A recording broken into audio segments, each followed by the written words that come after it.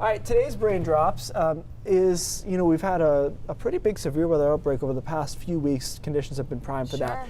And there's a good but interesting tweet.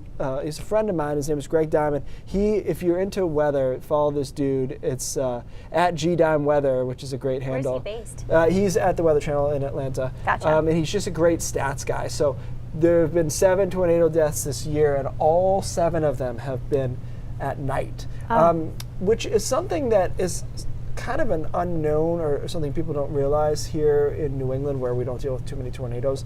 And then there was further research done on this topic. If we can go to the next link, they did a statistical analysis of nocturnal tornadoes, so obviously tornadoes in the evening, and they found that even though they were only 20-something% of the total tornadoes, they accounted for about 40% of tornado fatalities.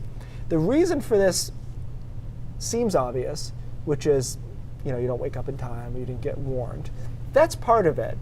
But now cell phones will alert you based on your position, and they will go past your do not disturb.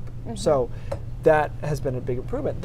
One of the biggest reasons is people during the day are typically in better structures, stronger structures. So if you're working, right now, we are working in a brick building. Yes. You're going to go home and sleep most likely in a stick frame building. Right. So it's actually that you're in more vulnerable circumstances at night than you might be working during the day. That makes absolute sense. When Clay and I were in the Midwest, we had a tornado plan, although it was just to hide in the bathroom, and that was all we could do because we didn't have a basement. Yep. It would have been preferred if we had been at work in the work building, but rain wrapped. The other thing with nighttime, I think maybe you can't see them coming, and that's another issue with rain wrapped tornadoes. True, but if you're waiting to see it coming, you might be too late. Anyways, but no, to your point, I mean, the other thing, by the way, the bathroom is the right plan if you don't have a basement because it's interior.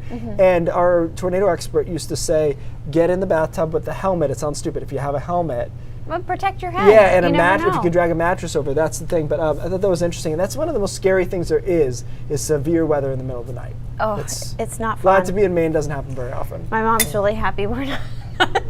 Yeah, it's scary. It is scary. All right, guys. News Center Maine at 5:30 starts right now.